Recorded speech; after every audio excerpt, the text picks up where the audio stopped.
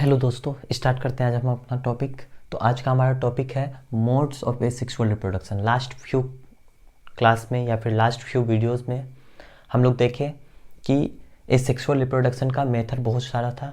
जैसे कि हम लोग पढ़े लास्ट क्लास में fusion, types of fusion, multi fusion and binary fusion. फिर उसके बाद हम लोग देखे बर्डिंग, है ना, और फिर उसके बाद देखे स्पोर फॉर्मेशन। आज हम लोग देखेंगे फ्रेगमेंटेशन। ठीक है, तो चलिए सबसे पहले हम इसका डिफाइन देख लें।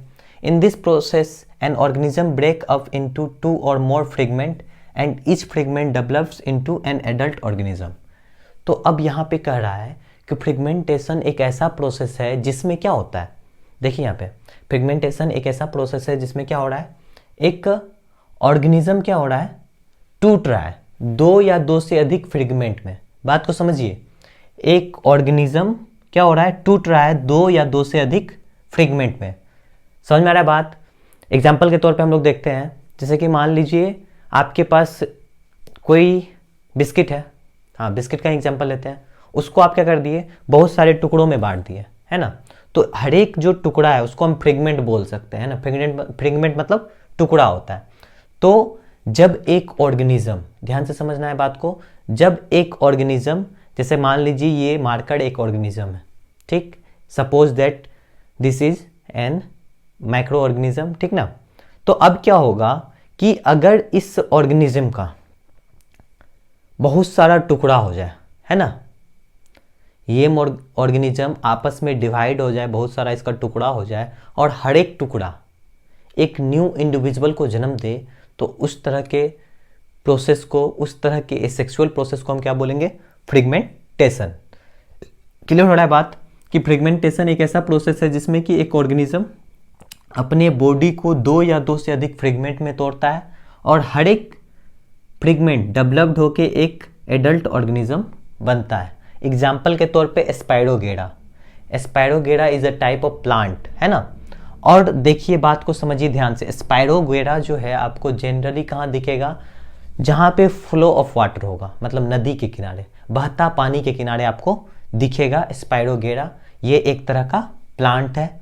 चलिए अब क्या होता है, जैसे मान लीजिए कि ये जो स्पाइरोगेरा है, सपोज कीजिए ये नदी है, ठीक है स्टूडेंट, समझ में आ रहा है, बात को समझिए ध्यान से। और यहाँ पे मान लीजिए आपका एक स्पाइरोगेरा है, ठीक, रफली डायग्राम बनाया, कोई इसमें ज़रूरी नहीं है। तो ये जो स्पाइरोगेरा है, by the action of wind, water और एनी फिजिकल टच, कोई भी एक्शन से, पानी के एक्शन से या फिर हवा के एक्शन से या फिर कोई भी फिजिकल टच के माध्यम से ये अगर टूटता है, सपोज कीजिए ये 2 बराबर भागों में बट गया, कुछ इस तरह से और इस तरह से। तो अब ये दोनों भाग है, समझिए ध्यान से स्टूडेंट, ये दोनों जो फ्रेगमेंट है वो पानी में बहता हुआ चलता जाएगा। अब किसी किनारे में जाके ये अटक गया, फ्लो ऑफ वाटर है और किसी किनारे में जाके ये अटक गया, तो वहाँ पे वो क्या करेगा, फिर से एक एडल्ट ऑर्गेनिज्म के रूप में डेवलप होना शुरू हो जाएगा। और फिर वो जब बड़ा हो जाएगा, सपोज कीजिए यहाँ से बहता हुआ आया और यहाँ पे आके अटक गया कुछ इस तरह से, तो ये फिर ग्रो होके कुछ इस टाइप का हो जाएगा, फिर इसका बॉडी डिवाइड होगा। तो समझ में आ रहा है कि किस तरह से स्पाइरोगेरा में फ्रेगमेंटेशन के थ्रू रिप्रोडक्शन होता है। यहाँ पे क्या हो रहा है, एक स्पाइरोगेरा से बहुत सारा स्पाइरोगेरा रिप्रोड्यूस हो रहा है, तो इसी को हम बोलते हैं रिप्रोडक्शन, है ना। और यहाँ पे देखिए गैमेट्स का इन्वॉल्वमेंट नहीं है, तो ये क्या हो गया, टाइप्स ऑफ एसेक्सुअल रिप्रोडक्शन। तो इसमें क्या हो रहा है, एक इस देखिए डिफाइन को रटना नहीं, समझना है। जैसे कि हम लोग ऐसे बोल सकते हैं, it is a type of process in which an organism body divides into 2 और more fragments. After some time the fragments become an individual और an adult organism is called fragmentation. Clear हो रहा है बात को। तो डिफाइन को रटेंगे नहीं, उसको समझेंगे, ठीक है। तो ये चीज क्लियर हो गया आपको। अब समझिए स्पाइरोगेरा किस तरह से अपने बॉडी को,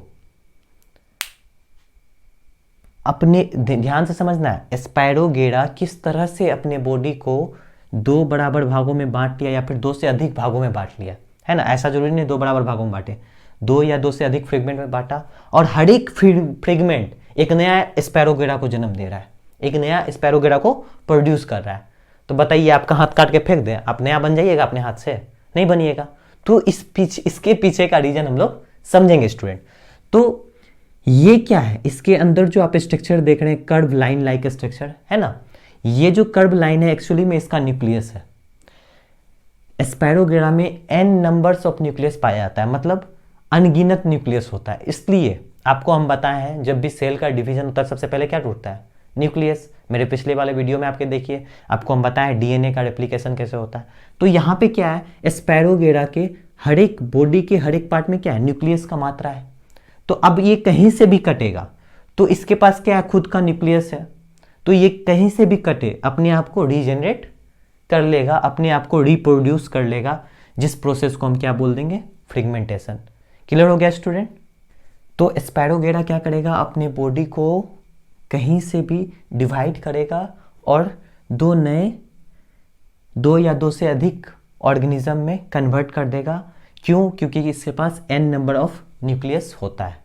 क्लियर हो गया। चलिए अब इसके बाद हमारा 5th टॉपिक है रीजेनरेशन। चलिए उस टॉपिक को समझते हैं। हम अपना अगला topic modes of asexual reproduction का 5वां नंबर, जिसका नाम है रीजेनरेशन। इसको देखने से पहले हम बात करेंगे थोड़ा पीछे के बारे में। कुछ स्टूडेंट को डाउट था कि सर इससे पहले जो आप हमको बताए थे स्पैरोगेरा में फ्रेगमेंटेशन और फिजन, ये दोनों तो सेम ही है कि फिजन में भी क्या हो रहा है, पेरेंट्स बॉडी 2 या 2 से अधिक भाग में डिवाइड हो रहा है और फिर एक न्यू इंडिविजुअल को जन्म दे रहा है।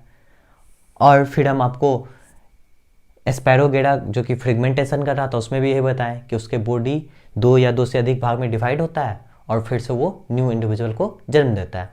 तो यहाँ पे देखिए क्या हो रहा है कि इस दोनों के बीच का डिफरेंस क्या है। कुछ स्टूडेंट का क्वेश्चन था कि सर ये दोनों के बीच का डिफरेंस क्या है, दोनों तो सेम ही है। तो ये समझिए, जो फिजन है, फिजन जनरली यूनिसेलुलर ऑर्गेनिज्म में होता है। बात समझ में आ रहा है, मतलब इस तरह के ऑर्गेनिज्म में होता है जो कि सिंगल सेल से बना हुआ है। क्लियर। और जो मेरा फ्रेगमेंटेशन है वो जनरली मल्टी सेलुलर ऑर्गेनिज्म में होता है, जो मोर देन 1 सेल से बना होता है। यही मेन डिफरेंस है दोनों के बीच में। मतलब फिजन किस में होगा, यूनिसेलुलर में, और फ्रेगमेंटेशन मल्टी सेलुलर में। Clear generally. चलिए अब बढ़ते हैं हम लोग अपना टॉपिक की ओर, रीजेनरेशन। तो रीजेनरेशन नाम समझिए, री आगे लगा हुआ है, जनरेशन मतलब दोबारा बनना। ठीक है।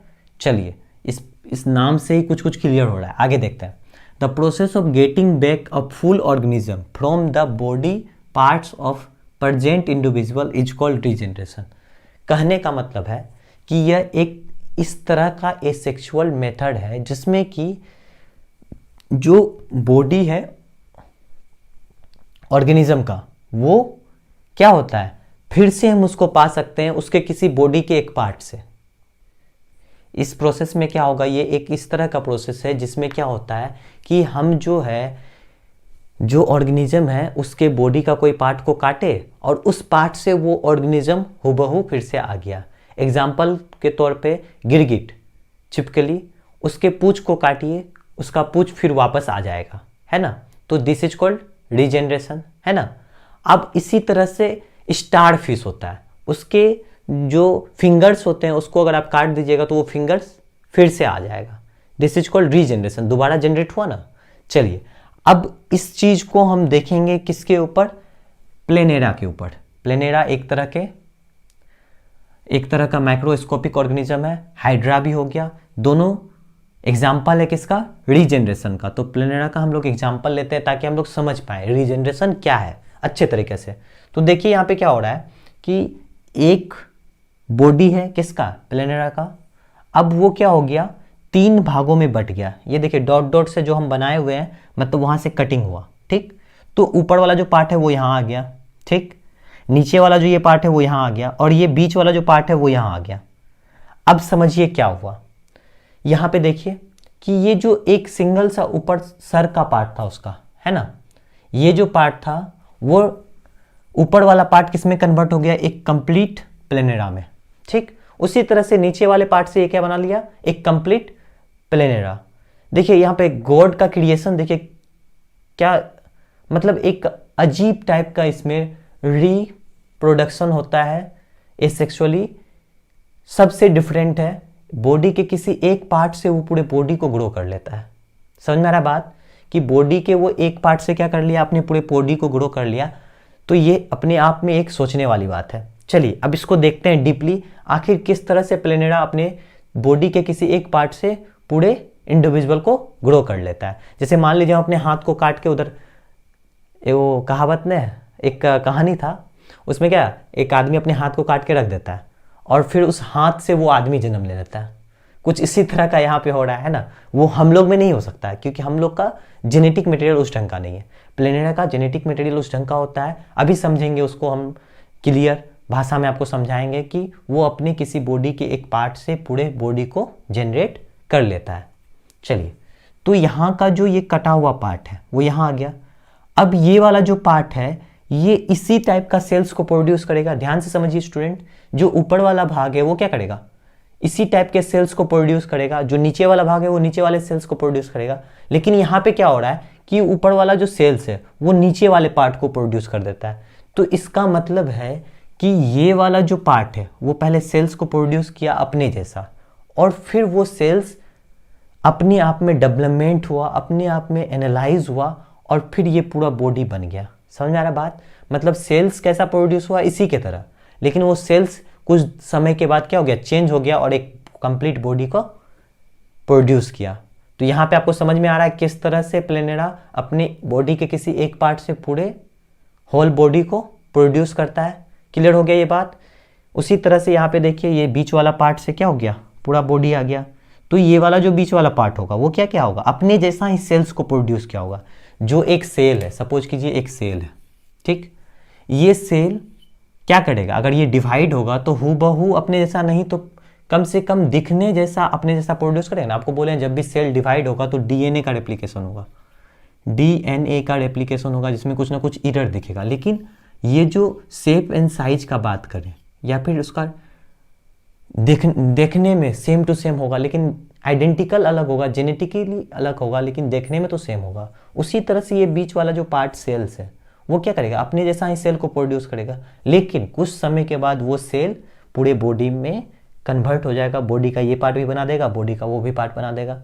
इसी तरह से क्या होता है, प्लेनेरा में रीजनरेशन होता है। हाँ, अब एक बात और समझने वाला बात है कि आखिर इसको इस चीज़ से इस चीज़ में कन्वर्ट होने में कितना दिन लगता है। जैसे मान लीजिए by the action of anything, कोई भी एक्शन के कारण ये 3 भागों में बटा और इसका तीनों भाग फिर से एक नया इंडिविजुअल को जन्म दिया, तो ये होने में कितना समय लगा।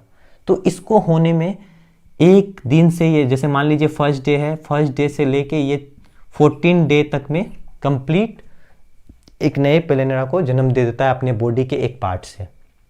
ठीक है, मतलब 2 सप्ताह। क्लियर हो गया? चलिए